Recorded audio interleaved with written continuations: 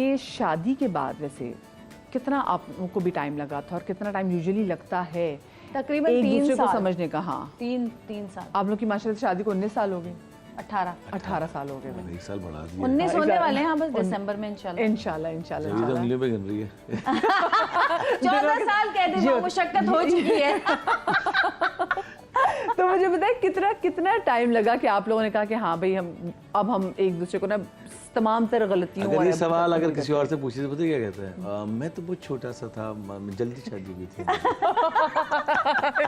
मुझे समझ नहीं आई थी। मैं सर अम्मी ने दही लेने के लिए भेजा था, हमारे काजी साहब खड़े थे, उन्होंने शादी कर दी, सामने लेकर मैं भी खड़ी थी। तो कितना वैसे आपको क्या लगता है कि आपको कितना टाइम लगा था किस चीज में? एक दूसरे को समझने में, अंडरस्टैंडिंग में आपको लगता है समझने एक में तो जो पहले शुरू में बड़े फड्डे हो रहे होते ना, फिर उसके बाद आप कहते हैं अच्छा भाई हम नहीं, फड्डे तो हमारे मतलब जितनी भी आर्ग्यूमेंट्स होती हैं, लड़ाइयाँ होती हैं, वो तो आम सी है। वो तो बात पे हो जाती है, किसी वक्त भी अभी भी हो जाएगी, कोई टेंशन नहीं है, डरिएगा नहीं। हाँ, तो वो काफ़ी हो जाता है, लेकिन वो पर्सनल नहीं है हम लोग। मतलब किसी अगर इस ट्रे पे बहस है ना, बस यहीं पे ख़त्म हो जाएगी। ये नहीं कि इस ट्रे को तोड़ना ज़रूरी है, तो ये एक बहस होती है और जो मेरे ख्याल से हेल्दी होती है, और बस हम वो इतना चलती ज़िंदगी। 3 साल तो कम से कम लगे हमें, क्योंकि ये अकेले रहते थे और मैं पूरी फैमिली भरे में रहती थी। ये जाते थे अमेरिका, तो ये वहाँ पे फैमिली थी, लेकिन यहाँ जब फिल्म के लिए आते तो कोई भी नहीं था। दोस्त अहबाब थे, दोस्त साहिबा वगैरह, शान वान ये सब, लेकिन एक वो होता है ना कि घर में हर वक्त सर पे कोई। तो एक दिन उन्होंने मुझे कह दिया, तुम क्या हर वक्त मेरे साथ चिपकी रहती हो, जब देखो सर पे मंडलाती रहती हो, कहीं और जाके बैठो। मैंने कहा भाई मुझे तो इतने बड़े घर में घबराहट होती है, मेरे तो हम तो बहुत सारे बहन भाई थे, 5 बहन भाई थे, यहाँ तो घर में कोई होता ही नहीं है, तो एक आप ही के साथ चिपकी रहूंगी, मैंने कहा जाना है। अच्छा, फिर उन्होंने शायद रियलाइज किया कि अब ये कहीं नहीं जाने वाली, इसलिए अब इसको बर्दाश्त करना सीख लो हर जगह। और फिर वो दिन जिंदगी का अहम दिन था जो चेंज हुआ, हम दोनों साथ ज्यादातर जब ये खबरें देख रहे होते थे ना, तब होता था। मैं कहती थी अरे कुछ और लगाए ना क्या टीवी पे खबरें, फिर ये बड़े मनहूस सी शक्ल बना के देखते थे कि ये कहाँ से आ गई ये मुसीबत। यानी कि वही टिपिकल जोड़ा के जो मियाँ है वो करंट अफेयर्स का शो देख रही है, बेगम कह रही को चेंज कर दे, ड्रामा लगा दे। मुझे क्या, मैं दूसरे कमरे में जाके देख लूँ, क्यों है, मैं यही देखूंगी बैठ।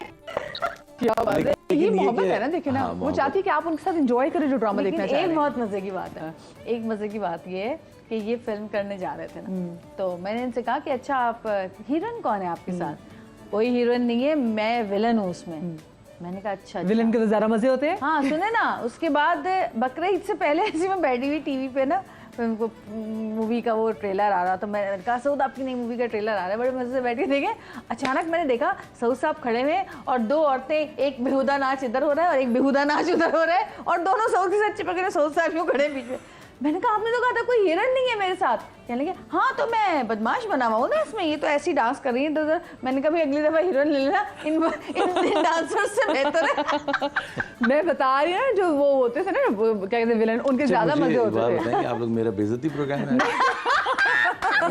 मेरी बातें हो रही भाई आप सेंटर ऑफ अटेंशन है। नहीं आप तो सेंटर ऑफ अटेंशन बता रहे हैं। आप भी याद करें ना ऐसी बात अगर आपके पास है तो। हाँ अगर आपके पास भी, वाकई ये तो यकीन माने, मैं तो लास्ट प्रोग्राम किया था ना जो रो पड़ी थी, तो मैं आपके साथ फैन हो गई। वैसे भी हम आपके फैन थे, लेकिन फिर जिस तरीके से जवेरिया ने मोहब्बत का इज़हार किया, वैसे फ्रीक्वेंटली आप में से कौन ज़्यादा मोहब्बत का इज़हार करता है उस शो में? बहुत मजा। हाँ बहुत ही, हाँ बहुत। कौन करता है बातें? हम दोनों ही करते हैं, लेकिन दिल की बातें ज़रा मोहब्बत का इज़हार कौन करता है? नहीं, दिल की बातें तो हम लोग वैसे सारी बातें कर लेते हैं, दिल की भी। भाई इनसे कभी कह दो ना कि आप बिल्कुल भी रोमांटिक नहीं है, तो पता क्या कहेंगे, पूरी जिंदगी गुजार दी तुम्हारे साथ और किस तरह रोमांस दिखाऊं।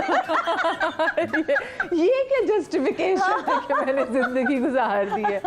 नहीं, रोमांस देखिए, जो हमारी जिंदगी इट्स नेचुरल लाइफ, ठीक है, इसमें आप ड्रामेबाजी नहीं कर सकते। हाँ, फूल लिए, ओ मैं आपसे बहुत प्यार करता हूँ, पीछे किसी लड़की वाले से नहीं, आज क्या कर रही हैं आप? उसको आगे, हमारी जो लाइफ है ना ऐसी है, आमने सामने दोनों एंजॉय करते हैं, खुश होते हैं, केक भी काटते हैं, फूल भी लाते हैं, खाने पे भी जाते हैं, एंजॉय भी करते हैं। और मतलब हम दोनों की सबसे जो मैं एंजॉय करता हूँ अपनी फैमिली को, जब हम यहाँ से जाते हैं कहीं घूमने फिरने, तो एक ही कमरे में होते हैं, ये भी, मैं भी, बच्चे भी, तो हम उसको एंजॉय करते हैं क्योंकि वो कोई टाइम नहीं आता ना। बहुत मजे की और लड़ाइयाँ लड़ते भी रहते हैं, बच्चे भी शोर मचा रहे हैं, हम भी उसको एंजॉय भी करते हैं। तो वो टाइम जो होता है मेरे लिए सबसे बेस्ट टाइम होता है कि हम सब साथ होते हैं। बच्चों की सब चीजें कौन ज्यादा मानता है, मतलब जब ये आप ज्यादा मानती है या ये ज्यादा मानते हैं सऊद भाई? सरेंडर कौन करता है बच्चों के सामने? मेरा रोल जो है ना वो ये जो एक मिसाल नहीं देना चाह रहा था कि मैं उसको बताऊंगा जब हालात ख़राब होंगे, समझ तो गई होंगी। तो मेरा वो रोल है। तो मुझे ये कहते हैं आपने कुछ नहीं कहना किसी को, तो मैं किसी को कुछ नहीं कहता, यही डील करती हूँ दोनों से। तो यही जो भी करना है, पैम्पर करना है, बात माननी है, सुननी है, कहना है। ऑफ कोर्स जन्नत का ज़रा एक वो ग्रेट आप है तो वो ज़्यादा बोलते, तो अक्सर इब्राहिम भी कहता है कि आप जन्नत आप ही को ज़्यादा वो करते हैं। हालांकि मेरी नज़र में दोनों बराबर हैं, लेकिन अब उसको मैं समझाता हूँ, तो आप ही जो है ना वो मेहमान है बेटा, वो तो शादी करके चली जाएंगी, तो नहीं रहेगा मेरे साथ। तो अक्सर वो कहता भी आप लोग मेरे साथ ही रहेंगे। खुद भी तो मुझे भी टोर दे। तो ऐसा होता है, लेकिन समझदार होता जा रहा है, बड़ा होता जा रहा है, तो बच्चे समझदार हो जाते हैं, समझना शुरू हो जाते हैं। लेकिन मैं देख रही हूँ आज आप लोगों की जितनी प्रोडक्शन जा रही है तो उसमें भी जन्नत और आपके बेटे का भी नाम आ रहा था, तो बच्चों को भी इतना इंटरेस्ट है जितना आप लोगों को हर चीज का मतलब प्रोडक्शन देखते हैं, गलतियां निकालते हैं, बताते हैं, कभी कभी ऐसा भी करते हैं कि ये यहाँ पे ये गलती हुई है, यहाँ पे ये हुई है, यहाँ पे ये कभी हुई है। अक्सर और गलतियों से भरा प्रोग्राम देखते हैं। बच्चों को शौक है, लेकिन बच्चों को कुछ दूसरे टाइप का शौक है। जैसे कि इब्राहिम जो है वो CGI और VFX पे है, और उसमें वो अपनी एक्टिंग करता है, वो अपनी वीडियोस खुद बनाता है, सब करता है, खुद स्पाइडरमैन बना हुआ उड़ रहा होता है।